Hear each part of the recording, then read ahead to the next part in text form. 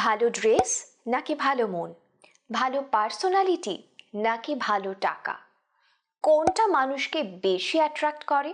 Well, উত্তরটা কিন্তু এক একজনের জন্য এক এক রকম।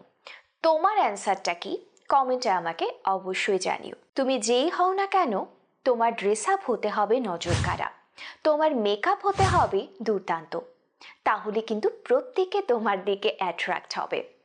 আজকে আমি তোমাদের সাথে শেয়ার করব কিছু বেসিক স্টাইলিং টিপস, যেগুলো তোমরা অবশ্যই ফলো করবে নিজের স্টাইলকে ইমপ্রুভ করতে। প্রত্যেককে বলবো তোমার ড্রেস চুজ করার আগে তোমার বডি শেপটা জানাটা ভীষণ রকম জরুরি।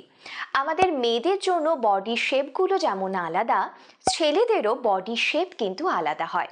তোমার বডির মেজারমেন্ট দিয়ে তোমরা কিন্তু তোমার বডি শেপ জেনে তারপরেই ড্রেস আপ করতে পারবে। সেই ড্রেস আপটা হবে অনেক বেশি পারফেক্ট। বলিউড বলো হলিউড বলো, প্রত্যেকে কিন্তু নিজের শেপ অনুযায়ী ড্রেস আপই করে, সেটা আমাদের কাছে অনেক বেশি অ্যাট্রাকটিভ মনে হয়।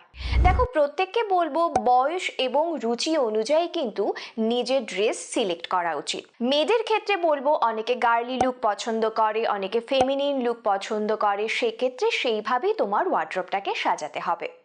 আবার ছেলেদের ক্ষেত্রে অনেকে কিন্তু কর্পোরেট দুনিয়ায় কাজ করে, সেক্ষেত্রে তাদের কিন্তু স্পেশাল একটা সিগনেচার ড্রেস আপ থাকে, সেইভাবেই তোমরা ওয়ার্ড্রোব সাজাবে।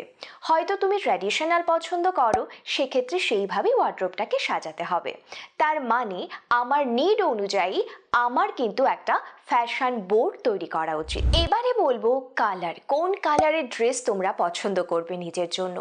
ভীষণ সেফ খেলতে চাও, কোনো রকম রিস্ক নিতে চাও না, সেক্ষেত্রে হোয়াইট, ব্ল্যাক এবং নিউট্রাল কালারের ড্রেস আপ কিন্তু তোমরা বাছতে পারো, যেটা মোটামুটি প্রত্যেককেই ভীষণ রকম সুন্দর লাগে। এবার একটা মজার কথা বলি, মেয়েরা কিন্তু অনেক বেশি ব্রাইট কালার সুন্দরভাবে ক্যারি করতে পারে। দেখা যায় যে পুরুষেরা সেই কালারগুলো ইজিলি ক্যারি করতে পারে না। তাই যেই কালারটা তুমি ক্যারি করতে পারছো না বা তুমি পরলে মনে হচ্ছে তোমাকে কনফিডেন্ট ফিল হচ্ছে না, সেই কালারটা অ্যাভয়েড করাই উচিত।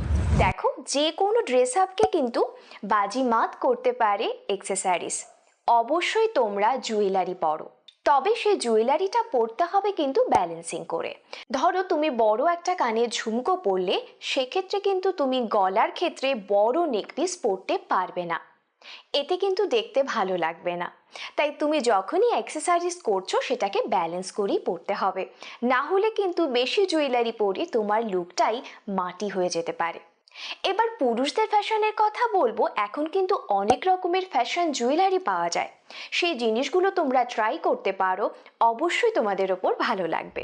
এবার বলবো ছেলেদের কথা। দেখো, তোমরা খুব সুন্দর ড্রেস আপ করেছো, সমস্ত কিছু পারফেক্ট, প্রচুর পারফিউমও মেখে নিয়েছো, কিন্তু তুমি যদি জুতোটা ঠিক করে না পরো, তাহলে কিন্তু তোমার লুকটা মাটি হয়ে যেতে পারে। তুমি কখনো ট্র্যাডিশনালের সাথে এমন জুতো পরতে পারবে না যেটা তোমার ট্র্যাডিশনাল লুকটাকে খারাপ করে দিচ্ছে।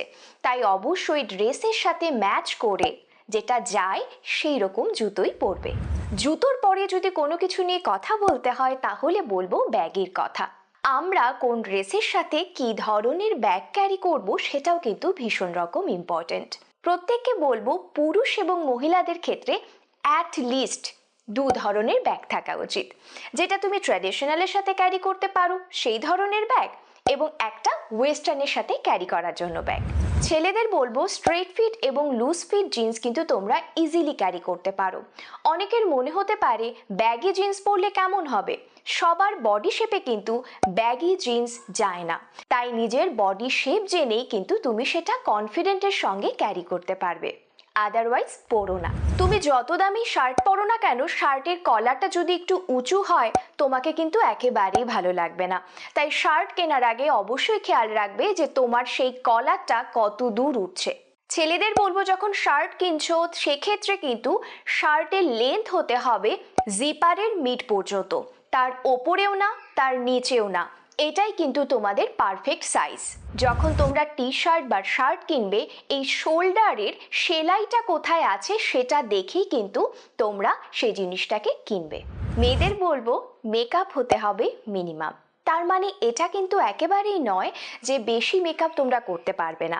তার মানে তুমি যত খুশি মেকআপ করো, কিন্তু মেকআপ যেন হয় ন্যাচারাল। মানে মানুষ যত কম বুঝতে পারবে যে তুমি মেকআপ করেছো, তোমার বিউটিকে তারা তত বেশি প্রশংসা করবে। আজকের ভিডিওটা তোমাদের কেমন লাগলো অবশ্যই কমেন্টে জানাবে, এবং আর কী ধরনের ভিডিও চাইছো সেটাও আমাকে জানাবে। একটু মনে করিয়ে দিচ্ছি, এটা কিন্তু ছিল রিকোয়েস্টেড ভিডিও, তাই তোমার রিকোয়েস্টেড ভিডিও আমি নিশ্চয়ই বানাবো। আমাকে কমেন্টে অবশ্যই জানিও।